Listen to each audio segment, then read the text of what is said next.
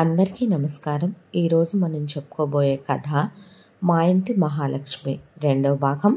కథలోకి వెళ్ళబోయే ముందు మీరు కనుక మన ఛానల్ని ఫస్ట్ టైం చూస్తున్నట్లయితే తప్పకుండా మన ఛానల్ని లైక్ చేయండి, షేర్ చేయండి, సబ్స్క్రైబ్ చేయండి, బెల్ ఐకాన్ క్లిక్ చేసి ఆల్ అనే బటన్ని ప్రెస్ చేయడం మర్చిపోకండి. కథని ఎక్కడ స్కిప్ చేయకుండా వినండి. మరి కథలోకి వెళ్ళిపోదామా? ముందు జీతం 1,00,000, ఆ తర్వాత 1,25,000, 1,50,000 వరకు వెళ్ళిందే. అలా 2.5 సంవత్సరాల పాటు దాచిపెట్టుకున్నాడు. దాచిపెట్టుకుంటే కింద మీద పడే మొత్తం ఒక 25,00,000 రూపాయలు అయినాయి. 25,00,000 రూపాయలు అయిన తర్వాత ఇప్పుడు తమ దగ్గర డబ్బులు లేవు. అందరికీ చీపే, ఉండటానికి సొంత ఇల్లు లేదు. ఒకవైపున లైఫ్ ఏంటో అర్థం కావట్లేదు. బ్రతుకు ఇలా తను బ్రతకాలని ఎప్పుడూ అనుకోలేదు.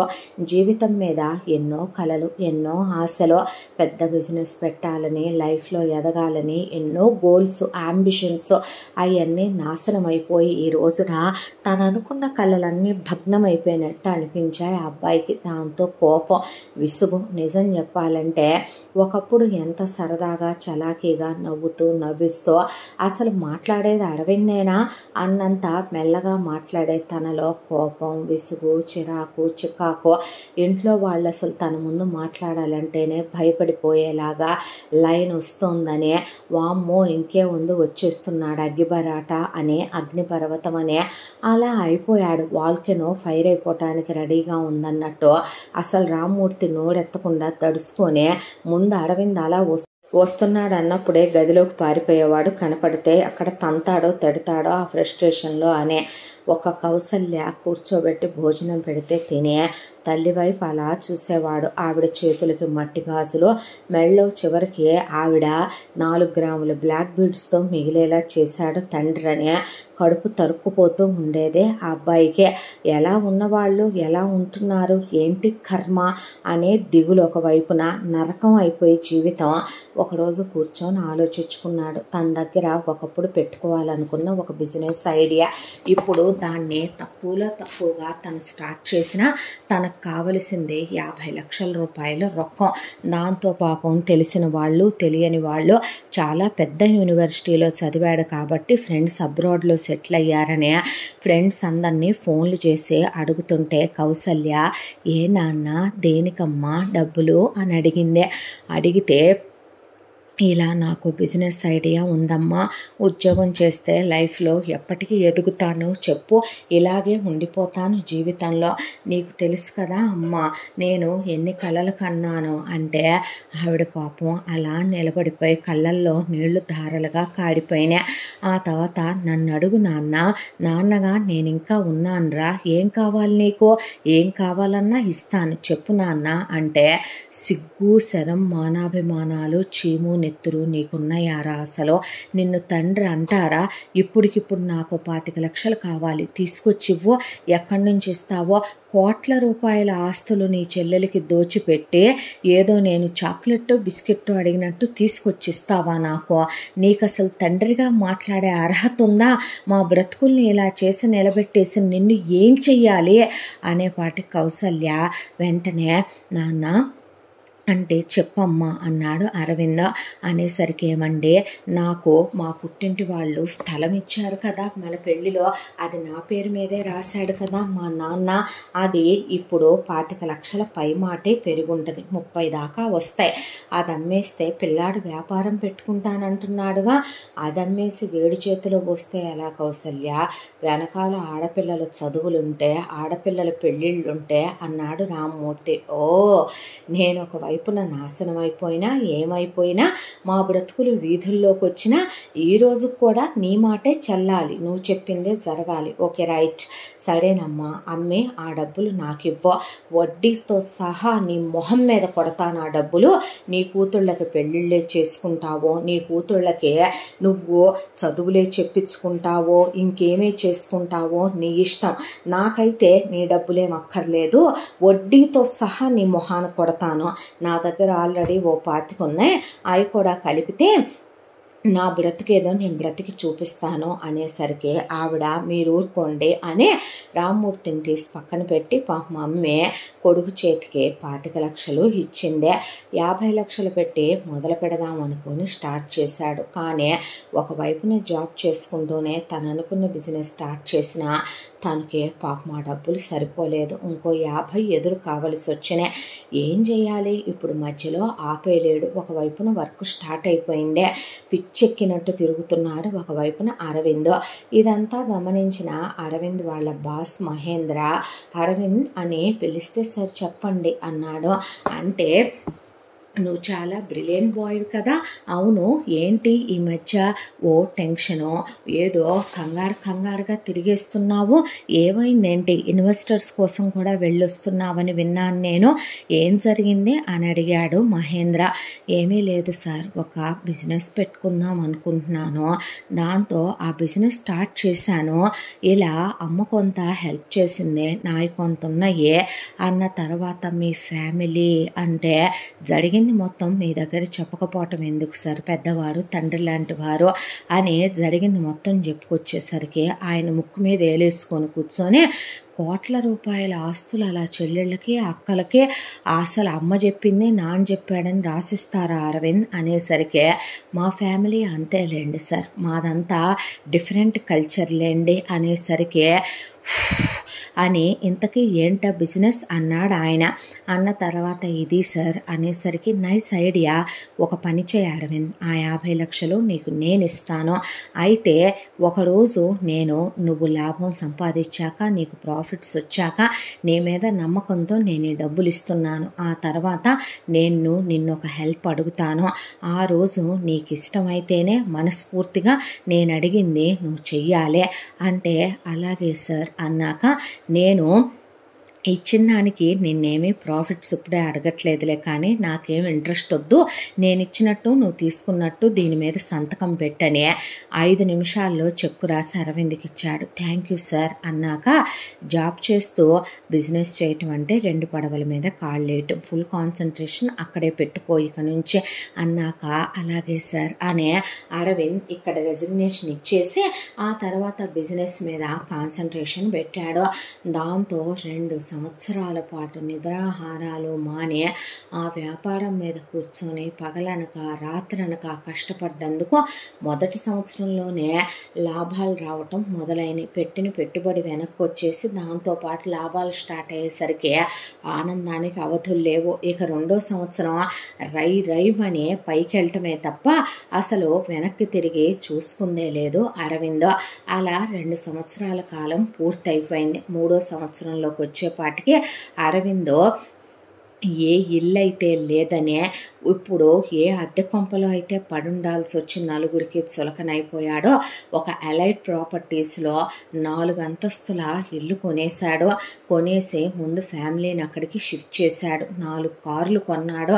కొన్న తర్వాత అసలు ఆఫీస్కి వెళ్ళొస్తూ తల్లితో తప్ప ఇంట్లో ఎవ్వరితో మాట్లాడో, ఇంటి విషయాలు ఏది ఇంటికి సంబంధించినవే వాళ్ళ అమ్మ చెప్పాల్సిందే తప్ప ఎవరు తనతో మాట్లాడటానికి వీల్లేదు, అంతా దాంట్లో చెప్పటానికి వీల్లేదు. ఈలోపు రామ్మూర్తిదే ప్రైవేట్ ఉద్యోగం కావటం ఒకటే, దానికి తోడు రామ్మూర్తి వయసు అయిపోవటం, ఇదివరకు ఎట్లా హుషారుగా లేకపోవటంతో ఉద్యోగంలోంచి తీసేశారు. వచ్చి కొంపలోనే కూర్చుంటుంటే ఉద్యోగానికి వెళ్ళడా మీ ఆయన అని అడిగితే పోయిందట నాన్న అన్న తర్వాత మరి ఎవడు పోషిస్తాడంట, కన్నాడుగా వెనకాల నలుగురినే అనేసరికి ఆవిడ ఏమీ మాట్లాడకపోతే నువ్వేనని చెప్తున్నావా అమ్మ నువ్వు కూడాను అనేపాటికి అది కాదు నాన్న, పర్లేదులే అమ్మ, నువ్వు నన్ను కన్నావుగా, అందుకోసమైనా నాకు కొన్ని తప్పవులే అనేశాడు. అన్న తర్వాత అరవింద్ ముందు నోరెత్తాలన్నా రామ్మూర్తికి కాళ్ళు చేతులు వణుకొచ్చేస్తున్నాయి. ఇలా రోజులు గడిచిపోతూ ఉండగా తనకి హెల్ప్ చేసి డబ్బులు ఇచ్చిన మహేంద్ర గారు ఆయనకి బిజినెస్లో ప్రాఫిట్ కావాలా, షేర్ కావాలా, ఇంత లాభం వస్తుందని ఇన్నాళ్ళు ఎప్పటికప్పుడు తను చెప్తూనే వచ్చాడు. కానీ ఆయన ఒక రోజున తన రమ్మంటానన్నాడు కదా, దాంతో సడన్గా ఫోన్ వచ్చింది.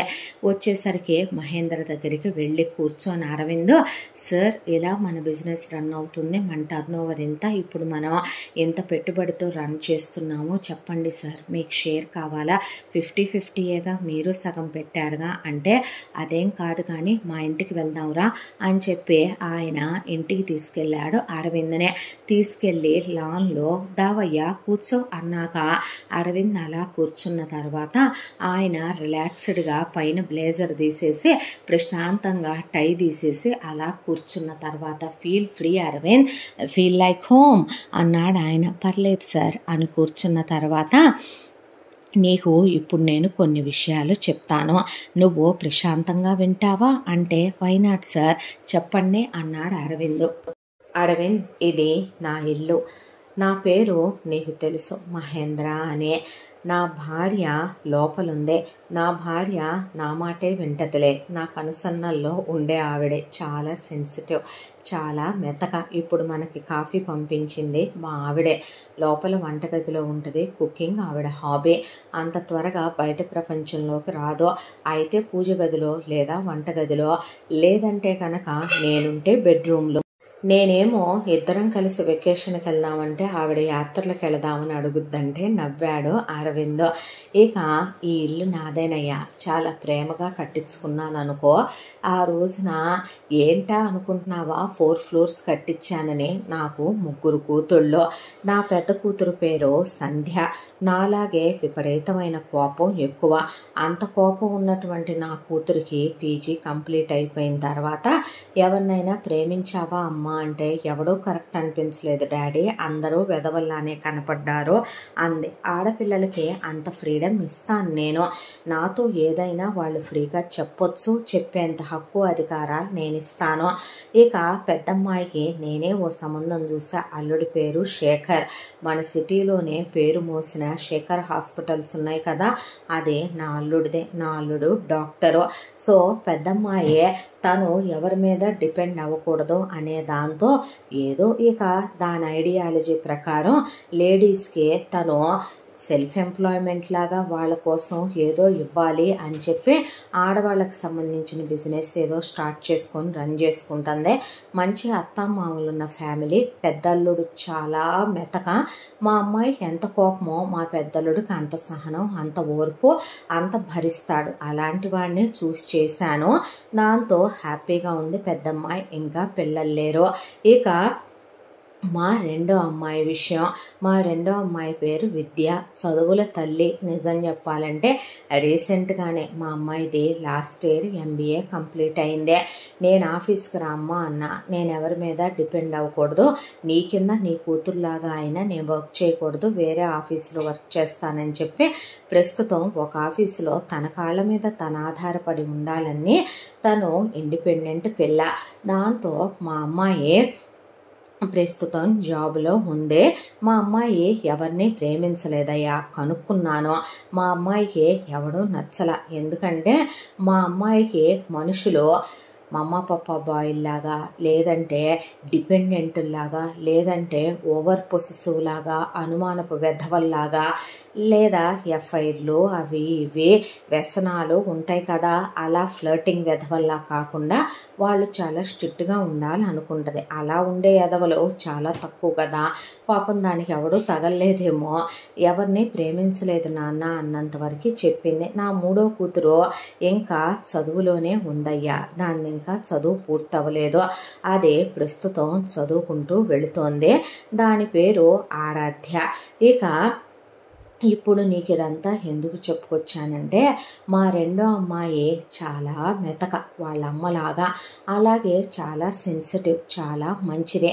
నా కూతురని నేను చెప్పట్లేదు, మా ఇంటి యువరాణి అదే, నా ఇంటి మహాలక్ష్మి అది. నిజం చెప్పాలంటే రెండో అమ్మాయి పుట్టాక నాకు చాలా కలిసి వచ్చింది. వెరసి నాకు 3 కూతుళ్ళు అయినప్పటికీ ఎప్పుడూ నేను ఆడపిల్లల్ని కూతుళ్ళలా పెంచలా, కొడుకుల్లానే పెంచాను. వాళ్ళకి నేను ఇచ్చిన ఫ్రీడమ్ని వాళ్ళు ఎప్పుడూ లీనియస్గా తీసుకోలేదు, లిబర్టీగా తీసుకోలేదు.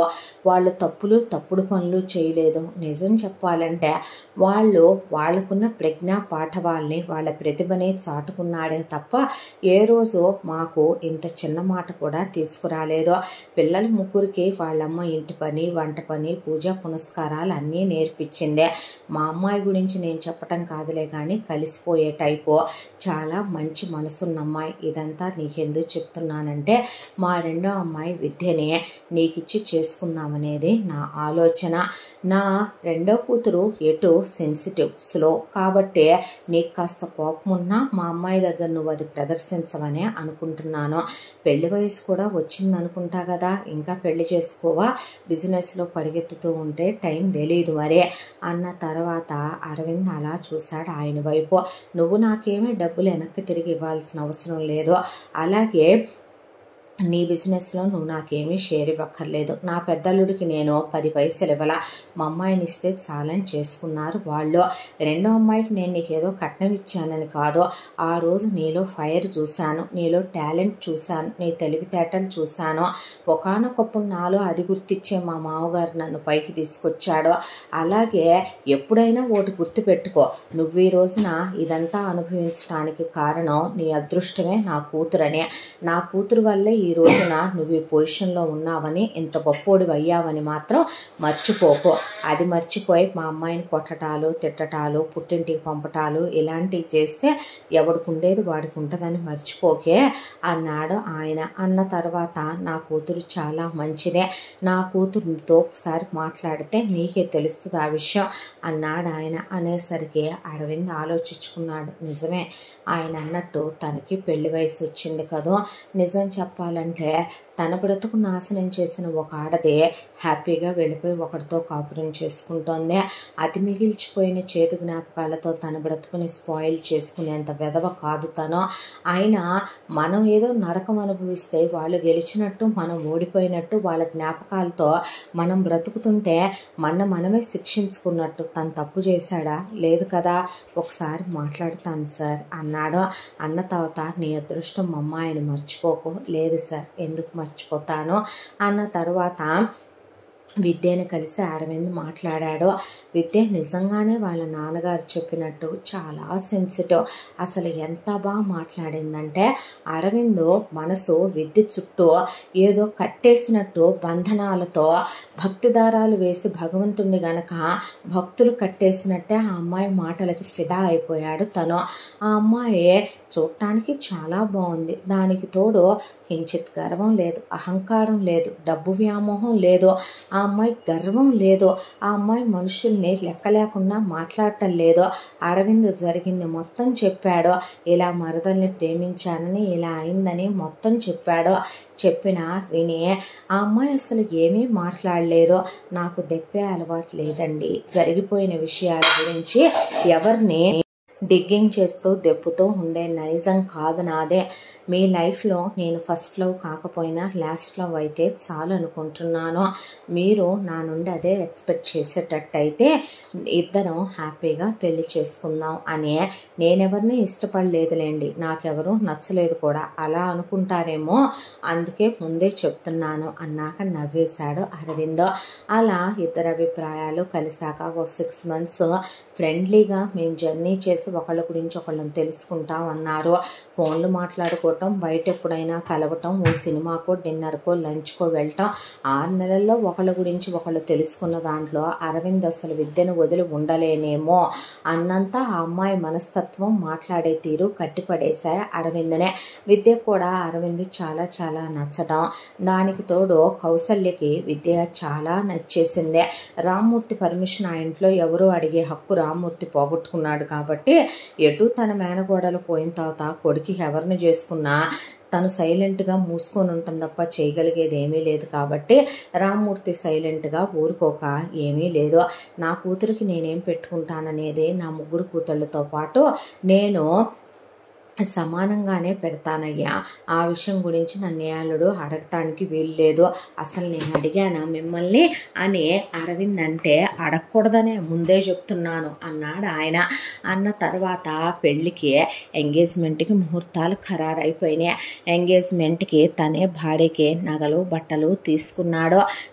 తీసుకున్న తర్వాత వాళ్ళ అమ్మాయికి పెట్టుకున్నారు. ఆ తర్వాత పెళ్ళి గ్రాండ్గా అయిపోయింది. పెళ్ళి అయిపోయిన తర్వాత ఫస్ట్ నైట్ రోజున చాలా హ్యాపీగా స్పెండ్ చేశాడు వైఫ్తో. హనీమూన్కి వెళ్ళినప్పుడు ఆ అమ్మాయిలో నిజం చెప్పాలంటే గనక, ఒక ఆడపిల్ల మగపిల్లాన్ని ప్రేమిస్తే ఆ ప్రేమ తన కళ్ళల్లో, అలాగే తన చేతల్లో, తన మాటల్లోనే ఒక అబ్బాయి గుండెని తాకుద్దేమో. పులకిత తన్ని ప్రేమించిందని తను అన్నాళ్ళు భ్రమపడ్డాడు కదూ. నిజం చెప్పాలంటే ఎప్పుడూ పులకిత నా కోసం ఏం కొంటావు, ఎక్కడికి తీసుకెళ్తావు, నాకేమి ఇప్పిస్తావు, ఈ అడగటం తప్ప ఎప్పుడు మనసును తాకేలా తన మాటలు ఉండేవి కాదు. ఎప్పుడు చూసినా ఏదో కామంతో మగాడి మీద పడిపోయినట్టు వచ్చి బావా ముద్దు పెట్టంటాం, కావాలని అతని ముందు అశ్లీలమైన బట్టలు వేసుకోవటం. నిజమైన ప్రేమ అది కాదని తను తెలుసుకోవటానికి కూడా ఇంతకాలం పట్టేసిందా తనకే? పెళ్ళనేది నిజంగా పవిత్రమైన బంధం అని పెద్దవాళ్ళు అందుకే అంటారా? తన భార్య తన గుండెల్లో చాలా గొప్ప స్థానాన్ని సంపాదించేసుకుంది అని ఆ అమ్మాయితో చాలా ప్రేమగా ఉంటూ, అప్పుడే కిడ్స్ వద్దురా అంటే, నీ ఇష్టం అదే, నేను నిన్ను బలవంతం పెడతానా ఏంటి అన్న తర్వాత, జాబ్ చేస్తావా అని అడిగాడు. లేదంటే మన ఆఫీస్కి వస్తావా అన్నాడు అరవింద్. అనేసరికి ఇంటికి వెళ్ళాక చూసుకొని మాట్లాడుకుందాంలే అందే అమ్మాయి. ఏమంట ఇంటికి వచ్చిందో కానీ వచ్చిన తర్వాత కౌసల్య కాస్త హెల్త్ అప్సెట్ అయిపోయింది ఆవిడకి. దాంతో ఒకవైపున వంటమ్మాయే ఉన్నా, ఇంటి పనులు పని మనుషులున్నా ఇల్లంతా చూసుకునే వాళ్ళు కావాలి. ఒకవైపున రామ్మూర్తి ఆల్రెడీ రోగాలు వచ్చే ఏదో దేకుతూ గడుపుతున్నాడు. ఒకవైపున అత్తను చూడాలి, మామను చూడాలి, ఒకవైపున 2 ఆడపడుచులు, 2 మరుదులు, మళ్ళీ మొగుడు, ఇల్లు వాకిలి సంసారం. నేను ఇంట్లోనే ఉంటానులే అంటే, హౌస్ వైఫ్ గానా, ఇంత చదువుకోనా అన్నాడు అరవింద్. పర్లేదు, ఏమైంది, కొంచెం సిచ్యువేషన్స్ అన్నీ క్లియర్ అయ్యాక అప్పుడు ఆలోచించుకుందాంలే అరవింద్ అందే. ఆ అమ్మాయి దాంతో మాత్రమే చాలా పేషెన్సీగా, చాలా పొలైట్గా, చాలా ప్రశాంతంగా మాట్లాడతాడు అరవింద్. ఇక అంతకు మించి ఇంట్లో ఎవరు మాట్లాడాలన్నా గడగడ వణికిపోతారు అరవింద్తో. అంతా దాంట్లో కూడా రామ్మూర్తికి మోకాళ్ళ ఆపరేషను, కళ్ళ ఆపరేషను, స్పైన్ ఆపరేషను, దానికి తోడు కౌసల్యకు మోకాళ్ళ ఆపరేషను. ఇవన్నీ కూడా చేయించటానికే వాళ్ళు కోడల దగ్గర అర్జీ పెట్టుకోవటం. మా అమ్మాయినా ఎన్నని సర్దుద్ది. ఎప్పుడైతే ఒకసారి మనీ విషయంలో దెబ్బతిని ఉన్నాడో అరవింద్ ఏమి విచ్చలవిడిగా డబ్బులు వెదజల్లి పెత్తనాలు అప్పచెప్పి వీళ్ళు ఇష్టం వచ్చినట్టు లగ్జరీ లైఫ్లో అనుభవించమని డబ్బులేమి వెదజల్లి పెట్టడో.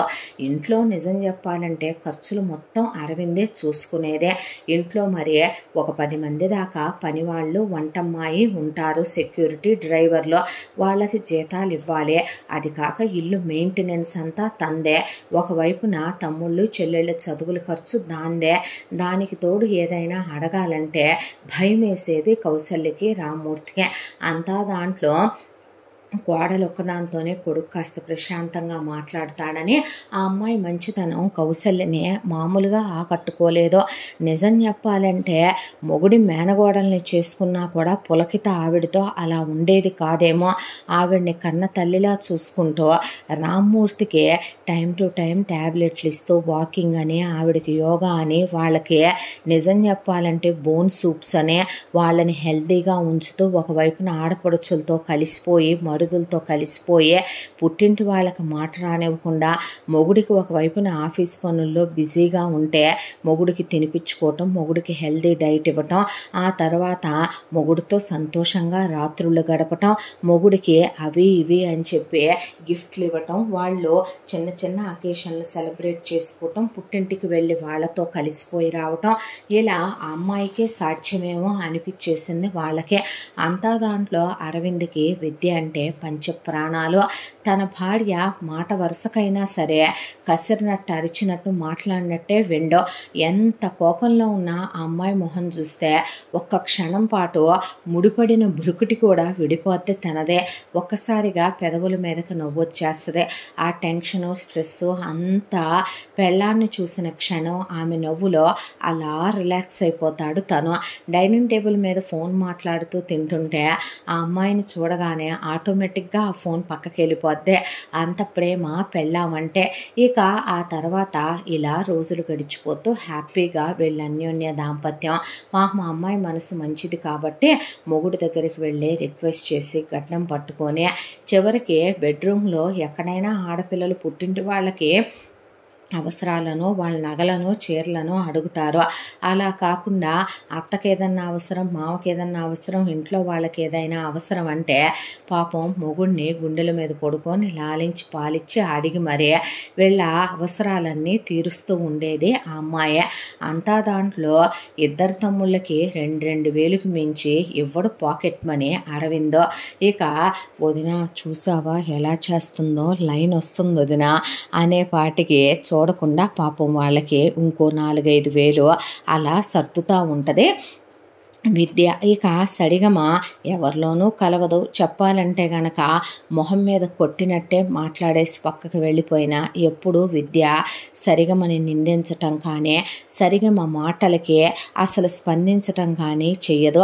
అందరితో పాటే మీ ఆయన మాకేదో ఊరికినే ఇస్తున్నానని ఫీల్ అయిపోతాడు. మీ ఆయనకి చెల్లెళ్ళు అక్కలు ఉండకూడదంట, మీ ఆయన ఒక్కడే పుట్టాలంట. అన్న ఎందుకే అన్నయ్యని అలా అంటావు అని పదనిస అన్న పర్లేదులే అనేసి ఆడపడుచులకు కూడా ఆ అమ్మాయి బట్టలు తీసుకురావటం, చెప్పులు తీసుకురావటం, కాస్మెటిక్స్ తీసుకురావటం.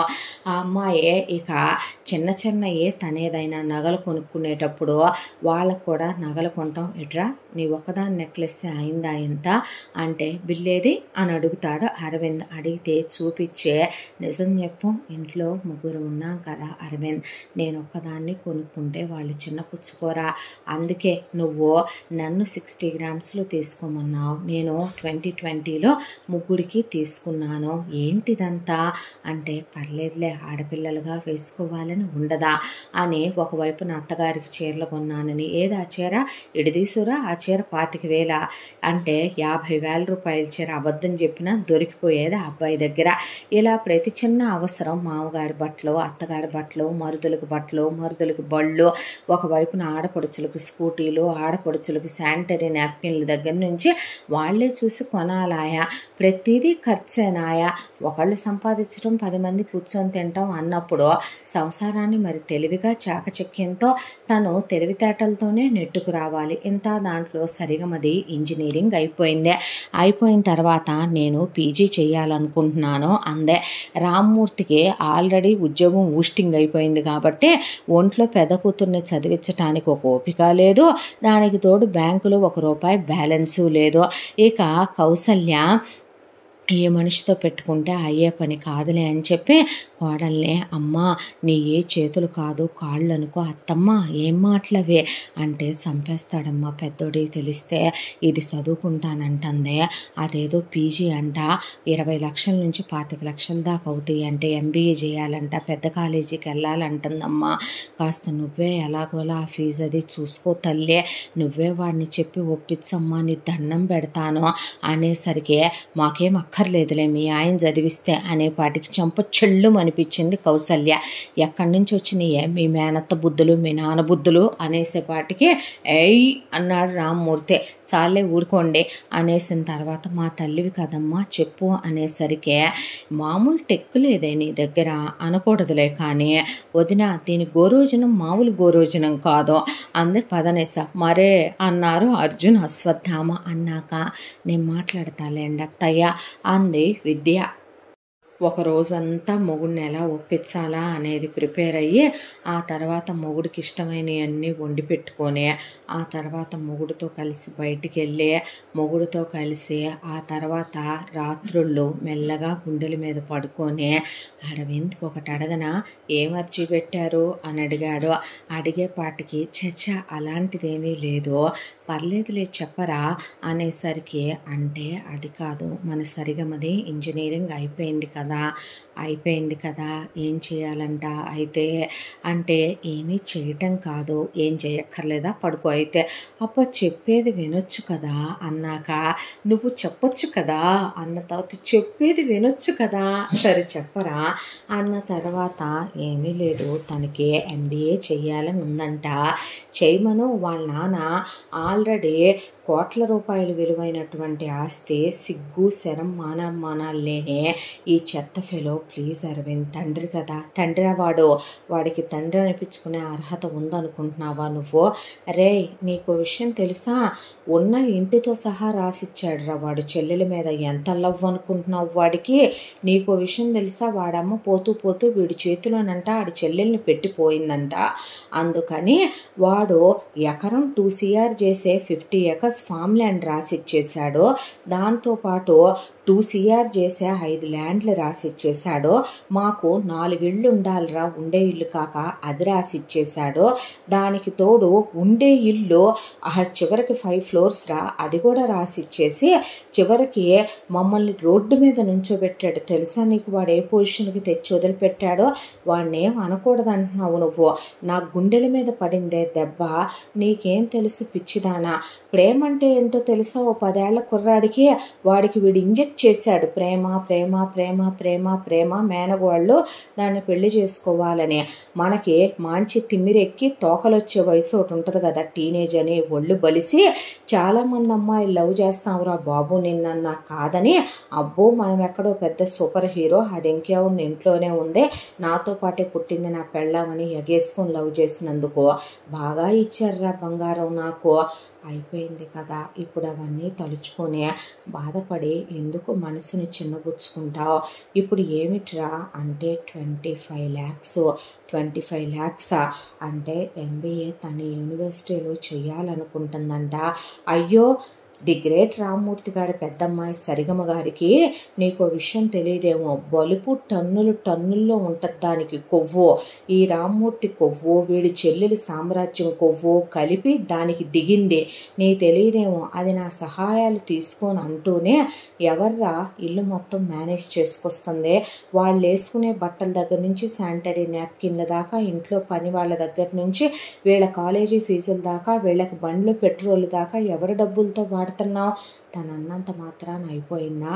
తన మనసు ఏదో బాధపడి ఉంటుందిలే, ఎందుకు బాధపడదు, ఒళ్ళు బలిసి నా వరకు నాకు నేను ఒకటే అంటాను, మనం పెట్టింది తీసుకున్నారనుకో వాళ్ళని తోబుట్టువులు అంటారు, వాళ్ళు అత్యాశతో మన మీద పడి బతికేయాలనుకుంటే తోడేళ్ళు అంటారు, ఇవి రెండు కూడా ఎలాంటివో ఎవడికి తెలుసు, ప్లీజ్ అలా అనుకో, నీకు దండం పెడతాను, నిన్నెప్పుడు ఏమీ అడగలేదు, నువ్వు చదివించవా ప్లీజ్ చదువుకుంటానంటుందిగా, అడగలేదు అనకరా, ఎందుకు అడగట్లా, మన పెళ్ళైన దగ్గర నుంచి నేను పిల్లల్ని ఆపుకుంటున్నాను, కెరియర్లో ఇంకా ఎదగాలనే దాంతో, నువ్వు లేకపోతే ఇంట్లో ఒక్కళ్ళకి అతిగతి ఉండదు, నీకు ఇల్లు చూసుకోవటం సరిపోతుంది, ఇంత దాంట్లో మళ్ళీ ఏదో బిల్డప్లు ఒకటి, ప్లీజ్ ప్లీజ్ ప్లీజ్ బంగారం అని అడిగితే సర్లే అన్నాడు.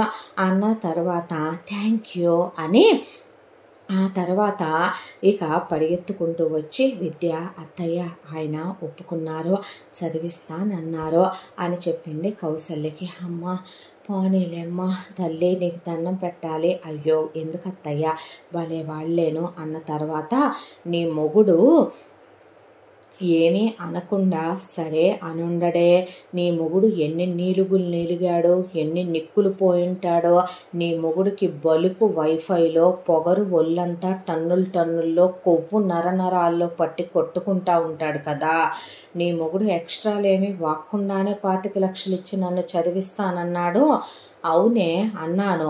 నీలాంటి వాళ్ళు గద్ద, రాబందు, తోడేలు జాతికి చెందిన తోబుట్టువులని అన్నాను. నువ్వేమి రామ్మూర్తి చెల్లెల కన్నా అతీతం కాదన్నాను. నువ్వు నా మీద పడి బ్రతకాల్సిందే అన్నాను. నీకంత బలుపెందుకు అన్నాను. నేను విదిల్చే ఎంగిలి మెతుకులతోనే నువ్వు బతుకుతున్నావన్నాను. ఇప్పుడు నేనిచ్చే డబ్బులతోనే నీ చదువు అవ్వాలి కదా, నీకెందుకు అంత బలుపు అన్నాను. అనేపాటికి నాకు తెలుసురా నువ్వు అంటావని, నువ్వు మనిషివైతేనేగా అనేసరికి ఆపవే అని కౌసల్య అంటే, ఓ ఈ మహానుభావుడు చదివించపోయావా 25 లక్షలు పెట్టి కూతుర్నే?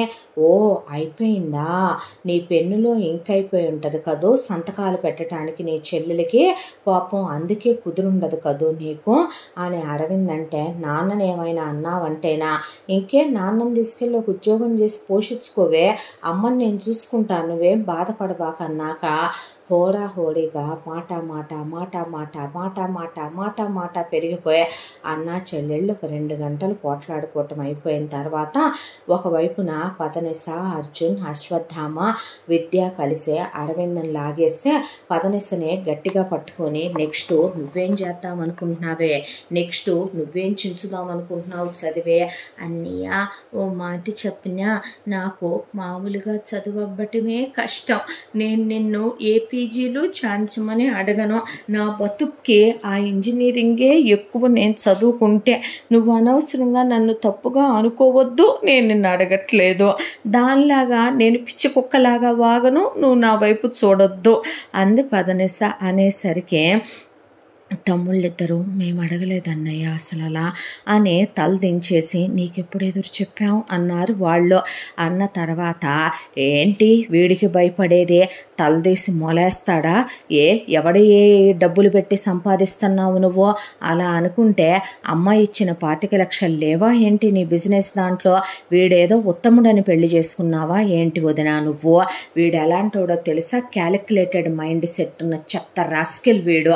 నీకో విషయం తెలుసా, నీకన్నా ముందు మా అత్త కూతురుతో ముద్దులు పెట్టుకొని హగ్గులు చేసుకొని దాన్ని వేసుకొని ఊరంతా బలాదూరు తిరిగొచ్చి చెత్త ఫెలో దాన్ని పెళ్లికి ముందు కూడా లేపుకొద్దాం అనుకొని వెళ్ళి అక్కడ వాళ్ళని తన్నిచ్చుకొని వచ్చి మా నాన్న మీద సీరియస్ అయిపోయి చెత్త వెధవ వీడు మీ నాన్న దగ్గర ఉద్యోగంలో చేరి డబ్బులు దాచాడో మెయిల్ ప్రాస్టిట్యూషన్ చేశాడో ఎవడికి తెలుసు, చెత్త ఎదవ ఎవడు చూశాడో. ఆ తర్వాత మీ నాన్న వీడు బిజినెస్లో డెవలప్ అయ్యాడని మా అమ్మ బిచ్చం వేసి మీ నాన్న బిచ్చం వేసి ఆ తర్వాత క్యాలిక్యులేషన్ వేసుకుంటే నీకు బాగానే పెడతాడుగా రేపు మీ నాన్న, దానికి తోడు నువ్వు చదువుకున్నావు, అందంగా ఉన్నావు, ఆమ్యామ్య అంటావు, వీడికి ఎదురు చెప్పవు, దాంతోనే వీడు ఎప్పుడు పిల్లలకి అందామంటే అప్పుడే అంటావు వెర్రిగొర్రెలాగా. అన్నీ ఆలోచించుకొని చేసుకున్నాడు వీడేమన్నా పిచ్చోడు అనుకుంటున్నావా అనేసరికి ఏం వాగావే కుక్క అని పడేసి నేను ఆపన్రా అని, అవును మా అమ్మ డబ్బులతోనే నువ్వు బిజినెస్ పెట్టావు, అయితే ఆ డబ్బుల వరకు వడ్డీతో సహా నేను పడేసి నా పెళ్ళాన్ని తీసుకొని వెళ్ళిపోతే సరిపోద్దిగా, నా ఇంట్లోంచి బయటికి నడవండి అన్నాడు అరవింద్. విద్య ప్లీజ్ అరవింద్ తను అనగానే నేనేమన్నా అనుకున్నానా, అసలు అది అంటవేంటి, ఆ పెంపకం ఏంటి, ఒరే నువ్వు ఉన్నావే నువ్వు అసలు నన్నంటావేంటి పెద్దోడా, అమ్మాయి నువ్వు ఆగవే అంటే నోరు ముయినానా నువ్వు, అసలు ఎలా కన్నా నేనే ఇలా ఎంత దరిద్రపు సంతానం పుట్టారు నాకేనో అని అంటే, మీరు ఆగండి పెద్దోడా నువ్వు ఆగయ్యా అని మళ్ళీ పోట్లాడుకొని అరవింద్ దవడలు వాయించే చివరికి సరిగమ నోరు మూసిందా కొట్టాడు.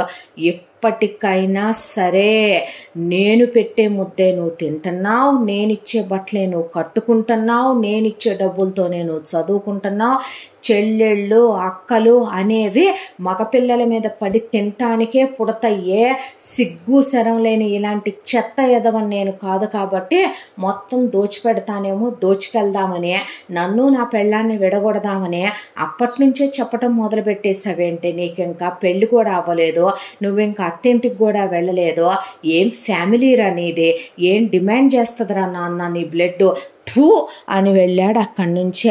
వెళ్ళిన తర్వాత వీధిలో కుక్క బతుకుతుంది, నువ్వు బతుకుతున్నావు, ఎదవ జన్మ, మా గురించి ఆలోచించుంటే ఈ బతుకు ఈ తిప్పలు మాకెందుకుండేవి, అన్నయ్య అలా ఎందుకనేవాడు, ఎదవ దరిద్ర బతుకు అన్నారు పదనిస, అర్జున్, అశ్వత్థామ. ఎవరినిరా అన్నాడు రామ్మూర్తి. ఎవరిని, దరిద్రపు ఎదవ ఒకడున్నాళ్లే సినిమాలో ఫాదర్ క్యారెక్టర్ ఇసిన సన్నాసి, నా బుక్లో రాసుందలే, నా లెసన్లో ఉందలే అని వెళ్ళిపోయారు మిగతా పిల్లలు.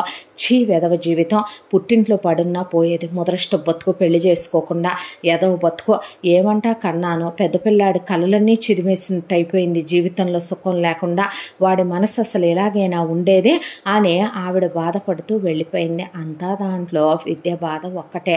నిజం చెప్పాలంటే కౌసల్య ఒకప్పుడు అరవింద్ ఫోటోలన్నీ చూసుకుంటూ కూర్చుంటదే.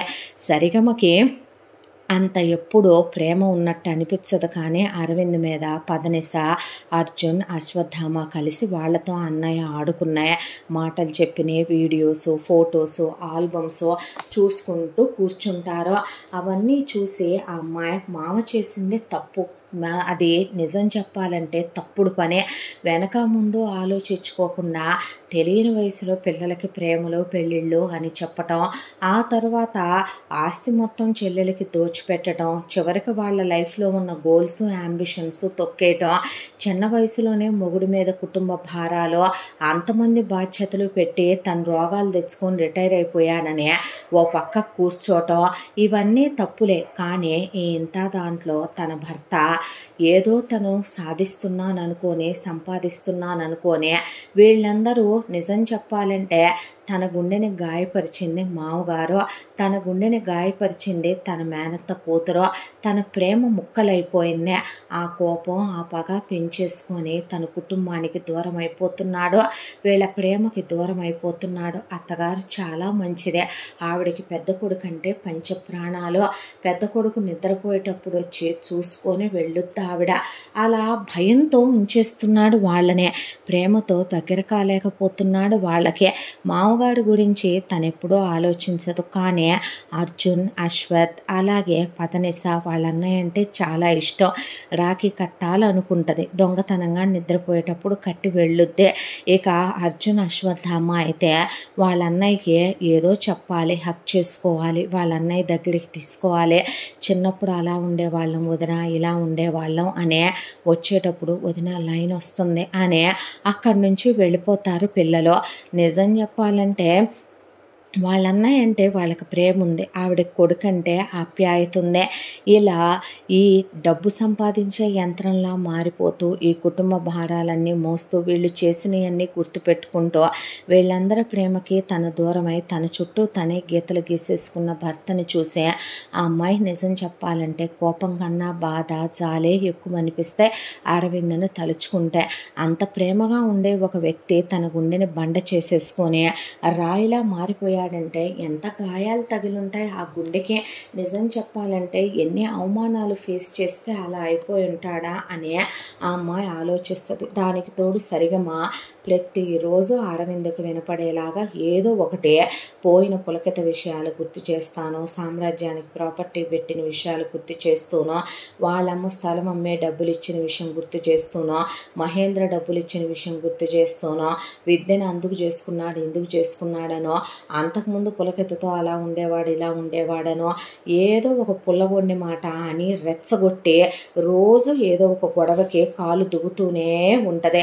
ఆ అమ్మాయికి ఒక పక్క తల పగిలిపోతూ, కౌశల్యకి తల పగిలిపోతూ, రామ్మూర్తి ఎదవ జీవితం అనే వెళ్ళి ఏ లైబ్రరీలోనో కూర్చుంటూ మిగతా పిల్లలకి తల వక్కలైపోతూ, ఇంట్లో మనశ్శాంతి లేకుండా ముందు ఈ దరిద్రపు దానికి పెళ్లి చేసి పంపిస్తే కొంపలో ప్రశాంతత వస్తుందమ్మా, ఆ పని చెయ్యమ్మా, నీ నెత్తిన పాలు పోస్తామని మిగతా ముగ్గురు పిల్లలు కూడా అనేలా తయారైంది సరిగమ. అట్టాటిట్టాటోడు కాదు, గొప్పోడికి ఇచ్చి చెయ్యాలి నా కూతుర్ని అని రామ్మూర్తి అనేపాటికి కౌశల్య కూడా కింద నుంచి పైకి చూసి ఎంత గొప్పోడంటే మీ చెల్లెలు భర్త ఉన్నాడు కదా కమలేశ్వరరావు, అంత గొప్పోడిని తెద్దాంలే అనేసి వెళ్ళిపోయింది ఆవిడ కూడా.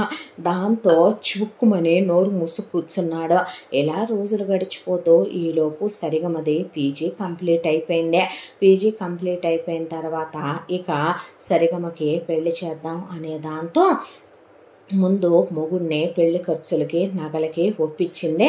విద్య కింద పడి మీద పడి తంటాలు పడి కట్నాల వరకు ఒప్పించుకొచ్చిందే. ఒప్పించుకొచ్చిన తర్వాత అల్లాటప్ప సంబంధాలు చూడబాకమ్మా అని రామ్మూర్తి అంటే, ఎందుకు చూస్తాను మావయ్య, తను నా తోబుట్టు లాంటిది కాదా, ఎందుకు అలా అనేసారు నన్ను ఒక్కసారే, ఈ ఇల్లు నాది కాదా ఏంటి, ఏమండి మీకు దండం పెడతాను, ఇప్పటికి నా పెద్ద కొడుకు నిజం చెప్పాలంటే శిలా విగ్రహంలాగా అయిపోయి వాడికి అన్నీ మొరపెట్టుకునే స్టేజ్కి వచ్చేసాడు. మీరు పెద్ద కోడలను కూడా ప్రశాంతంగా ఉండనివరా ఏంటండి, వెధవ బీపీ ట్యాబ్లెట్ ఇవ్వవే అని పదనిసని పిలిస్తే వస్తున్నానమ్మా అనేసరికి, పులకించింది మీ పులకితతో చాలదా, ఇంకా ఏంటండి మీరు అనేసి ఆవిడికి విసుగు రావటం మొదలైంది. ఆ తర్వాత కింద పడి మీద పడి సంబంధాలు వెతుకుతున్న విద్యని ఒక్క నిమిషం ఆగమని అరవింద్ సడిగమా అంటే అందే. ఎవరినైనా ప్రేమించి ఇష్టపడితే చెప్పు, ఏ కులం ఏ మతం వాళ్ళ ఫ్యామిలీ బ్యాక్గ్రౌండ్ ఏంటి, డబ్బు ఉందా లేదా అని కూడా అడగను. నీకు నచ్చిన వాడిని, నువ్వు ఇష్టపడ్డ వాడిని, నీ మనసుకు నచ్చిన వాడినే ఇచ్చి చేస్తాను. అందువల్ల నీకు పెట్టేది ఏది ఇక్కడి నుంచి ఈ ఇంటి నుంచి నీకు వచ్చేది తగ్గదో. నీకు పెట్టే నగలు కానీ, నీకు పెట్టాలనుకున్న ప్రాపర్టీ కానీ, పెళ్లి ఖర్చులు కానీ ఏది తక్కువ కాదు. అలా కాకుండా నువ్వు మా దగ్గర ఏ విషయాలు దాచే, రేపొద్దున వీళ్ళంతా ఓకే సంబంధాలు చూసిన తర్వాత ఏ పిచ్చి పనులు చేయకో, చేస్తే తాట తీసేస్తా తెలుసుగా నా గురించి అనేపాటికి, నీలాగా నేనెవరిని లవ్ చేయలేదులే అనేసిందే. అన్నాక చేయలేదంటే అరవింద్ అంది విద్య. సరే చూసుకో, ఆ బలుపే తగ్గించుకుంటే మంచిదే, దీని బలుపుకి ఇంకో బలుపున్నోడిని చూడబాకు, ఇదిగో ఉన్నాడుగా మిస్టర్ రామ్మూర్తి, అలాంటి చేతగాని సన్నాసిని చూడు సరిపోతాడు, గేఫెలో లాగా ఉంటాడు కదా, ఈ గేఫెలోకి చెల్లెల దగ్గర రాదు నోరు, మా అమ్మ దగ్గర వస్తుంది నోరు వీడికి, ఇలా కాకుండా దీని దగ్గర నోరు మూసుకొని ఉండేవాడు ఎవడన్నా ఉంటే చూడవే అనేపాటికి, నేనేం అలాంటి వాడిని చేసుకోనులే, నువ్వు అలాగే చేస్తావే ఎలాంటి మగాడినైనా, మేనత్త దిగిపోలా నీలో అని వెళ్ళాడు అరవింద్.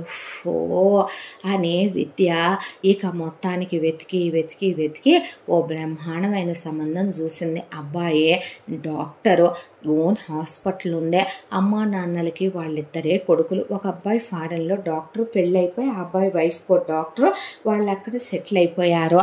అమ్మా నాన్నలు వేరే ఊర్లో ఉంటారు, వాళ్ళ నాన్నగారు కాంట్రాక్టరు, ఈ అబ్బాయి ఇక్కడ డాక్టరు. దాంతో ఇక అమ్మాయి అబ్బాయి మాట్లాడుకున్నారు, ఒకళ్ళకొకళ్ళు నచ్చారని చెప్పారు. ఆ తర్వాత విద్య అరవింద్ని ఒప్పించి వాళ్ళకి ఒక ల్యాండ్ కొనివ్వటం, కొంత క్యాష్ అని అమ్మాయి పేరు మీద వేసిస్తానని చెప్పి వాళ్ళతో మాట్లాడుకున్నారు. వాళ్ళు అసలు కట్నాలు అక్కర్లేదన్నా, మా ఆడపిల్లకి మేము పెట్టుకోవాలి కదండి అని విద్య నగలు, దాంతోపాటు చీరలు, ఎంగేజ్మెంట్ అయిపోయింది. ఆ తర్వాత పెళ్లి ఏర్పాట్లు అన్నీ దగ్గరే ఉండి చూసుకుంటూ తెల్లారితే పెళ్ళనగా అందరూ ఈ కళ్యాణ మండపానికి చేరుకున్నారు.